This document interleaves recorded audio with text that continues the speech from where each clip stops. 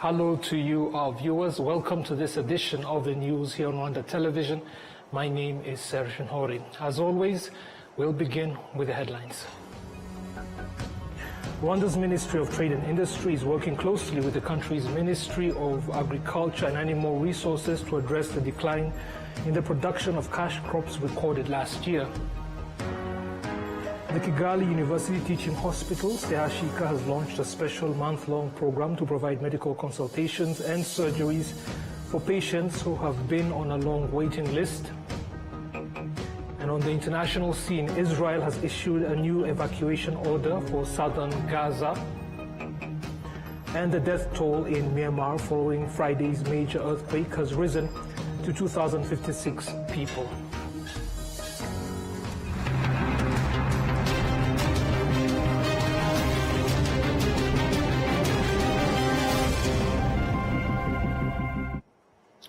Now the details. Thank you for taking the time to join us. I'll be sitting in for Olive Nete for this edition. The Ministry of Trade and Industry is working closely with the Ministry of Agriculture and Animal Resources to address the decline in the production of cash crops recorded in 2024. This effort comes after 8 years of government investment in boosting such types of crops. According to data from the National Institute of Statistics of Rwanda, the total production of cash crops declined by 1% last year.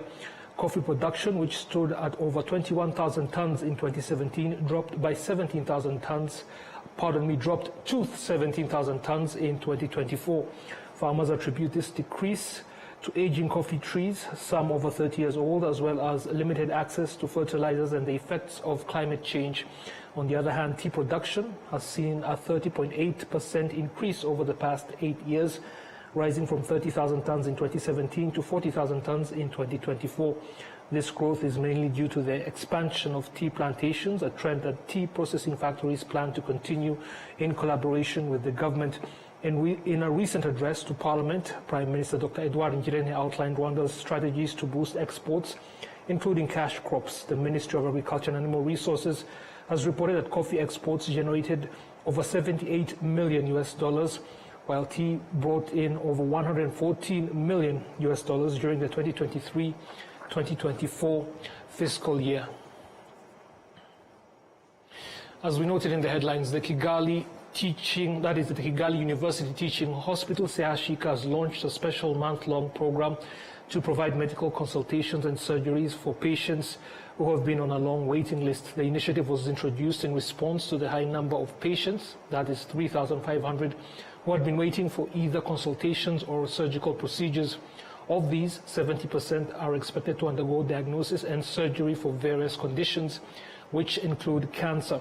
The hospital will offer surgical services in nearly 10 specialties, including neurosurgery, orthopedics, gastrointestinal surgery, pediatric surgery, urology, and ENT procedures.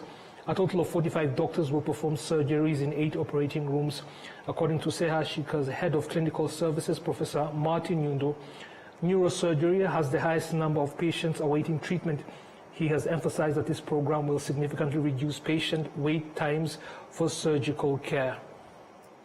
So this month plan was called Special Surgery Month. It's aimed to decrease the number of waiting lists in surgery, but also in the outpatient clinics.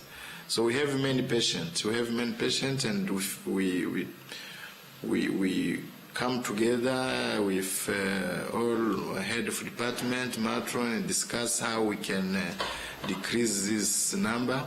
And we decided that we will do a full month of consultation, a full month of surgery, changing this methodology of doing things, and having a specialty together, all specialists have a 1 week of consultation and another specialty 1 week of surgery. And we think that in that way we can operate more patients than we did, and we can consult more patients than we did in a routine situation. And we are hoping that with this strategy we can decrease up to 70% of our waiting list, but also we can decrease the waiting time for consultation to our patient. So neurosurgery is one of the specialty where we have many patients, of course including others and specialties, and we have started with neurosurgery today. They are operating, there are around four neurosurgeons operating today, and we have 900, more than 900 patients waiting for consultation in neurosurgery, and we have more than 400 patients waiting for surgery. So that means there are many patients for only 3 neurosurgeons. And I think with this strategy, they will try to decrease the number. Maybe for them, they will not reach 70% because there are not many like in other specialties. But in other specialty, we aim to reach the reduction of 70% of the patient. CHK's head of clinical services, Professor Martin Yunus, speaking to our colleague Karine Omutoni earlier. Moving on, the Rwanda Correctional Service has signed a partnership agreement with the Seychelles Prison Service aimed at improving the quality and operations of both institutions. And Nora Gladys Wenimana with more. On the Rwandan side, the agreement was signed by the Commissioner General of the Rwanda Correctional Service, CJ Evariste Murenzi, while on the Seychelles side, it was signed by the Commissioner of Prisons, Janet Georges. Commissioner Janet Georges emphasized that both countries will benefit from this agreement. June 2023, between the Republic of Seychelles President and the Rwanda President, Mr. Kagame. But from there, after the meetings, they see that there's a possibility that Seychelles need to meet in different sectors. But the prison was the sectors that have to be on the ground with the Rwandan to be able to see what components that can be better for the Seychelles prison. But we realized that manpower was the great deal, the great things that we need to emphasize on it, because in Seychelles we have a lot of manpower problem. The problem of manpower is because of drugs in the Seychelles. You in Rwanda, we say thank you to the Lord. Why? Because we don't have the hard drugs in Rwanda. We have only the cannabis, but in Seychelles we have hard drugs that is affecting the society.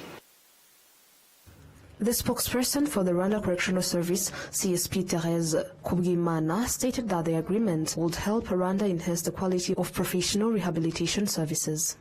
We will collaborate in daily operations, including learning and teaching, actual rehabilitation and knowledge sharing, which will lead to capacity building. These are the key pillars, although there are other areas we will also work on together. They use systems such as prison, and we will teach them how to transition from that step to another. We will also gain knowledge, and our staff who work with them must have sufficient training to provide what they have been taught. In Rwanda, there are 13 correctional facilities, including those for children under the age of 18. Thank you, Enola, for that report. Now, the winners of the annual competition on the use of AI in innovation projects organized by Irembo have stated that the prizes they receive will help them to enhance their projects, which aim to address various challenges faced by the population. We have more with Adam Squizera. Kalisa Giovanni and his colleagues, who were among the 18 teams that participated in the Artificial Intelligence Connect hackathon, stated that the 5 million Rwandan francs they won will help them to enhance their project. Their innovation focuses on bridging the communication gap between people with disabilities. So we are trying to raise more funds, but maybe in the future if we have a lot of funds. But for now, I think it's enough for a prototype that can be used by the Rwandans and enjoyed by Rwandans. We want to actually start with schools that has these kinds of impairments, stuff, and they will be able to feel inclusive with other children, because there is this thing of bullying, and we want to encourage inclusivity among schools. The management of Virembo, the company that organized the competition, stated that they successfully achieved their goal. Yeah, I think yes. The first thing is to make sure that we have people. So do we have people on the ecosystem? The question now is yes, because we had 80 applications. Do we have good people in the ecosystem? The response also is yes, based on the quality of what we did, of what we saw.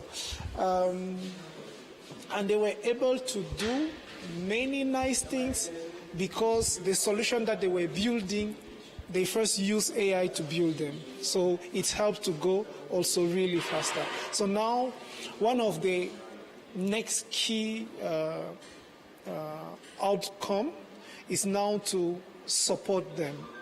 One thing that we plan to do now is to create a clear ecosystem, make them create a community, put them in contact, so that we stay in contact with them, and also they stay in contact each other. With that one, we will be able to have a clear and good impact and tangible impact on the ground, yes, for the country.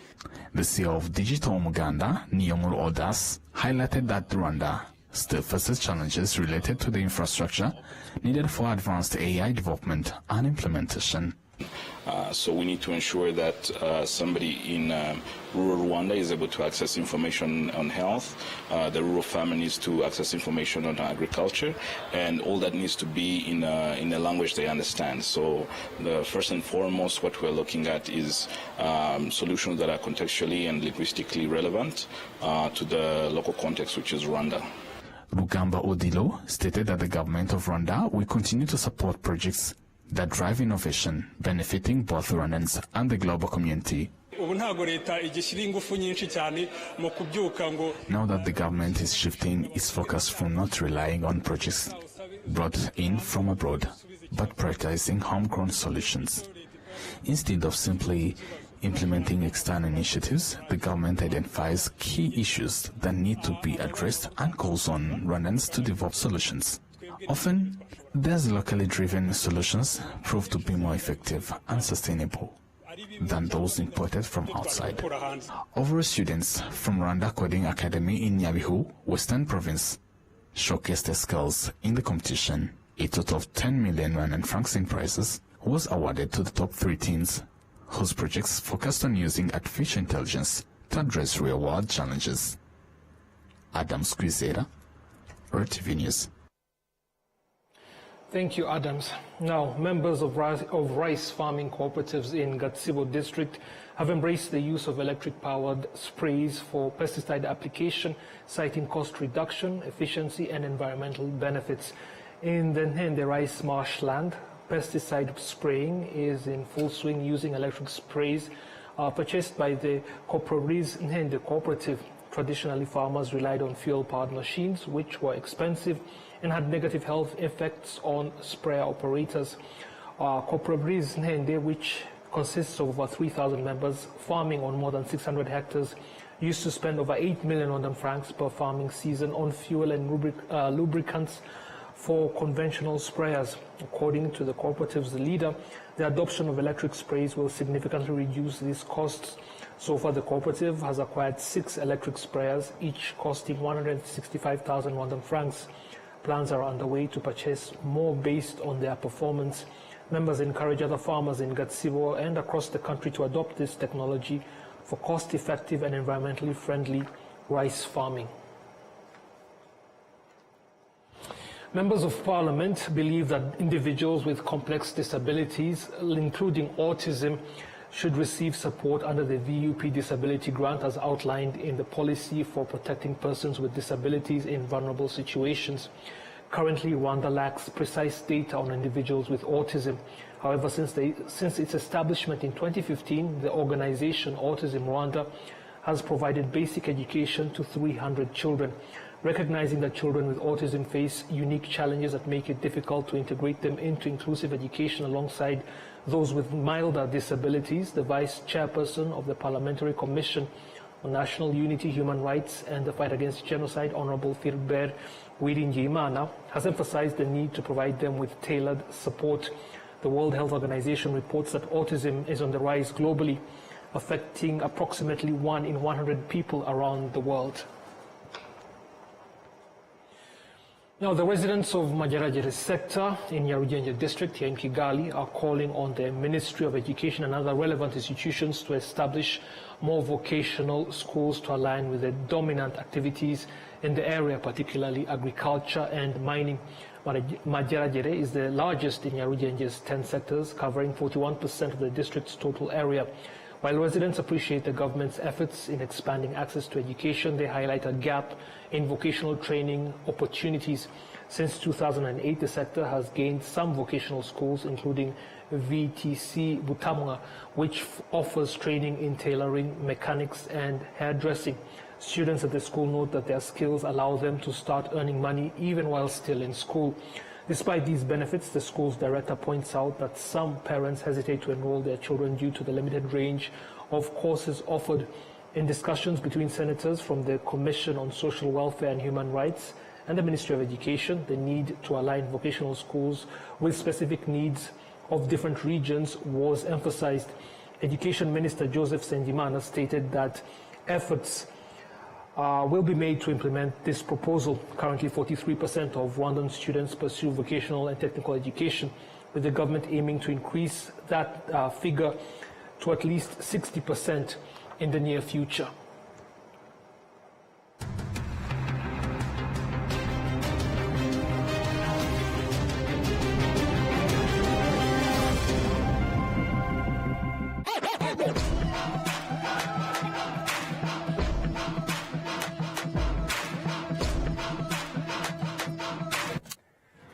Ngiye kukubarira rimwe kabiri gatatu itugwamo. So rimwe kabiri gatatu gwamo.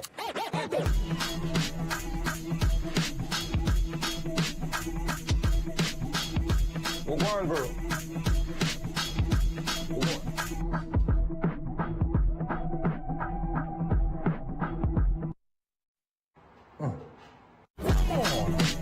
Mbere kanda akanyenyeri gatatu kane gatanu akanyenyeri kabiri urwego maze nawe ugwemo.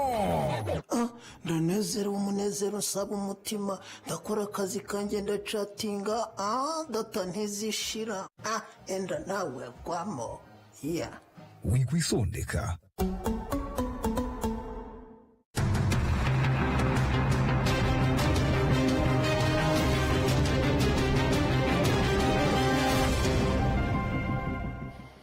Welcome back. I'm glad you're still with us. And now a look at international news.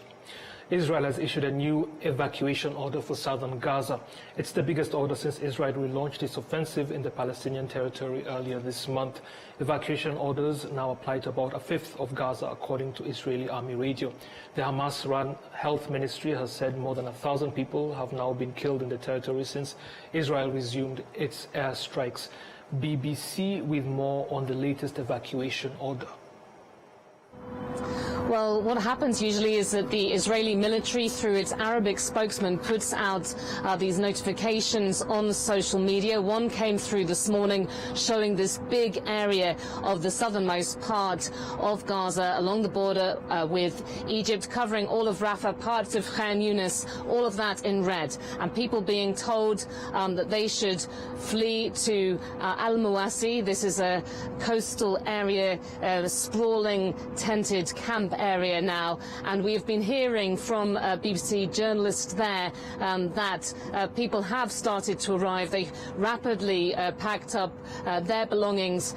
People, tens of thousands of them, had gone back, particularly to the eastern part of Rafah, after the Israeli military withdrawal during the recent 2 months of ceasefire. A lot of Rafah had been left in ruins by the Israeli military offensive that began there last May, but people did find find in the east some buildings to go back to. Now, Eid al-Fitr, it's the important Islamic holiday, of course, but people have not really been able to mark that. Instead, that they have been fleeing once again, heading off to this area in the coast, some also going to Khan Yunis, a bit further to the north. And just briefly, Yolande, where are we at in terms of any new negotiations over another ceasefire? Well, Israel has been insisting that it is continuing with these negotiations. Hamas was said on Saturday to have agreed to an Egyptian proposal, basically to release 5 living hostages in exchange, we understand, for a 50-day the ceasefire. However, Israel said to have put forward a counter-proposal with the backing of the US, demanding a larger number of hostages to be released. The big sticking point remains, of course, Hamas's demand that there should be a discussion about ending the war in Gaza, with Israel not showing real willingness to talk about that. Although the Israeli Prime Minister did say yesterday that ministers had voted to increase, the military action, intensify it in Gaza, and he said that methods were working really to put pressure on Hamas to agree to a new hostage release deal and ceasefire. The death toll in Myanmar following Friday's major earthquake has risen to 2,056 people. Authorities there also say that more than 3,900 have been injured and a further 270 are still missing. Getting information out of Myanmar has proven to be difficult, and the country's military leadership has a history of suppressing the scale of national disasters. Foreign aid and rescue teams have joined the effort, with a Chinese team reportedly pulling 4 people alive out of rubble in Mandalay on Monday. BBC once more. Prayers for the dead and for those still not found. Naypyidaw is around 170 miles from the epicenter of this earthquake, but it wasn't spared from its destruction. Our colleagues at the BBC Burmese service have managed to send back these images from Myanmar's capital. They say the smell makes it plain that there are still many bodies buried in the rubble. Few people in Myanmar are willing to speak to journalists for fear of reprisals from the military government, but this woman told the BBC that she and her family are still sleeping on the street. There are aftershocks every 2 or 3 hours. We cannot expect to rebuild our lives under these circumstances. We may have to live in a slum. Nothing is left. This is the epicenter, Myanmar's second city, Mandalay. International aid groups say that hospitals are overwhelmed. 800 miles away in Bangkok, another grim discovery. A woman who'd been working at this construction site when a partially built tower came down on Friday. She's the 12th person to be found. But dozens of workers remain unaccounted for here. The operation behind me is well into its 4th day, and the inevitable question now is, when does this stop becoming a search and rescue operation, and when does it become search and recovery? The authorities say not yet. We are not going to stop even after 72 hours. We are going to speed up the process because we want to get to them even faster, because it's over the 72 hours golden period. Trying to boost morale, Thailand's Prime Minister visited the site this morning. She's announced an inquiry into why this was the only construction in Bangkok to collapse. Investigators are analysing samples of the steel which was used to build the tower. It's put people here on edge. These workers rushed out of another construction site nearby after rumours of cracks being heard in the office block they were building. But it appears to have been a false alarm. Thai authorities are urging for calm. The city, they say, is safe. But given the devastation of the past few days, you can understand the concern. Nick Marsh, BBC News, Bangkok. That report has brought us to the end of this edition of the news. However, before we go, let us again take a look at the headlines. Rwanda's Ministry of Trade and Industry is working closely with the country's Ministry of Agriculture and Animal Resources to address the decline in the production of cash crops recorded last year. The Kigali University Teaching Hospital, Sehashika, has launched a special month-long program to provide medical consultations and surgeries for patients who have been on a long waiting list. Israel has issued a new evacuation order for southern Gaza. And the death toll in Myanmar following Friday's major earthquake has risen to 2,056 people.